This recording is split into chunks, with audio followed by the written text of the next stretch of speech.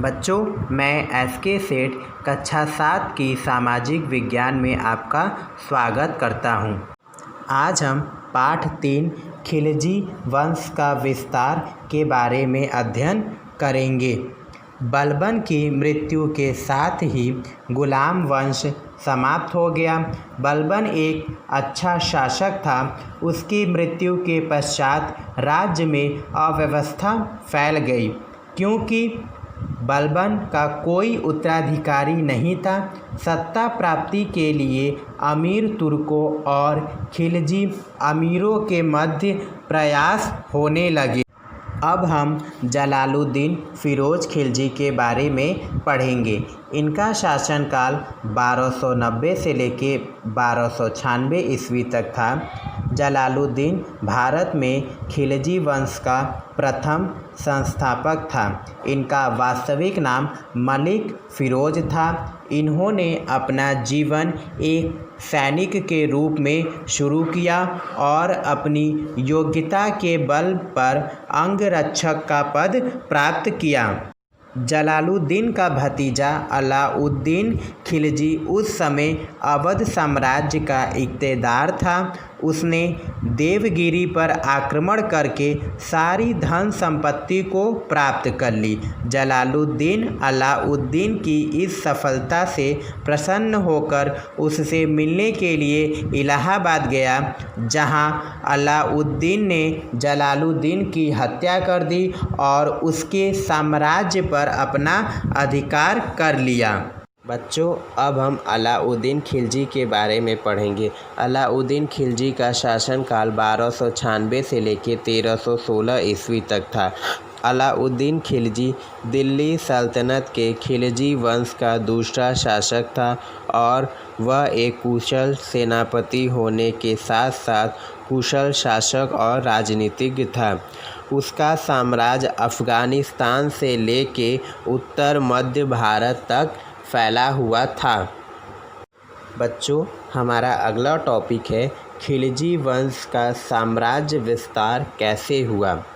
दिल्ली का सुल्तान बनने के बाद अलाउद्दीन खिलजी ने अपने साम्राज्य को बढ़ाने के उद्देश्य से गुजरात, राजस्थान, मध्य प्रदेश आदि के रणथंभौर, चित्तौड़, उज्जैन, मांडू तथा चंदेरी के राजपूत राजाओं पर आक्रमण करके उन्हें पराजित किया और उनके राज्यों पर अपना अधिकार कर लिया।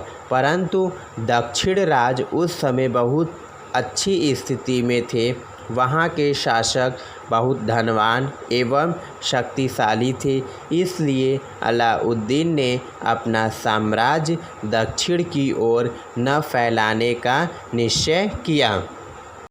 बच्चों, इस चित्र के माध्यम से यह हम समझते हैं कि अलाउद्दीन खिलजी ने बाजार नियंत्रण किस प्रकार किया था।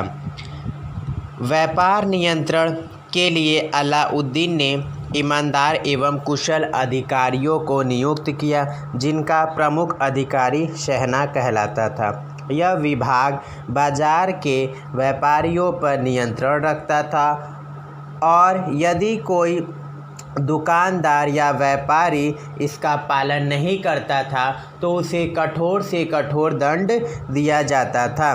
बाजार भाव पर नियंत्रण रखने के लिए गुप्तचर की व्यवस्था भी की गई थी।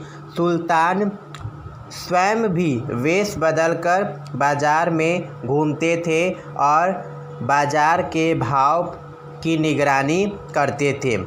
कुशल व्यापार नियंत्रण के लिए सरकारी गोदामों की व्यवस्था की गई थी। किसी भी आपातकालीन स्थिति से निपटने के लिए इन्हें भरकर रखा जाता था।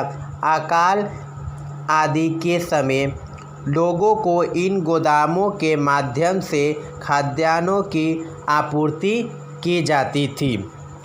बच्चों, अलाउद्दीन खिलजी ने साहित्य एवं कला का विकास किस प्रकार कराया, अब हम इसके बारे में पढ़ेंगे। अलाउद्दीन के दरबार में अमीर खुसरो एवं बर्नी जैसे दरबारी थे, जिनमें अमीर खुसरो अपनी शायरी और पहेलियों के लिए आज भी बहुत प्रसिद्ध है।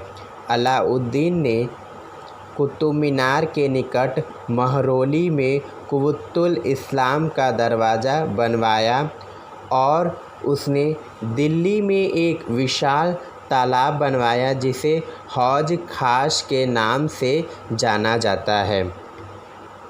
बच्चों, यह चित्र कुतुबुल इस्लाम मस्जिद का दरवाज़ा का है। धन्यवाद बच्चों।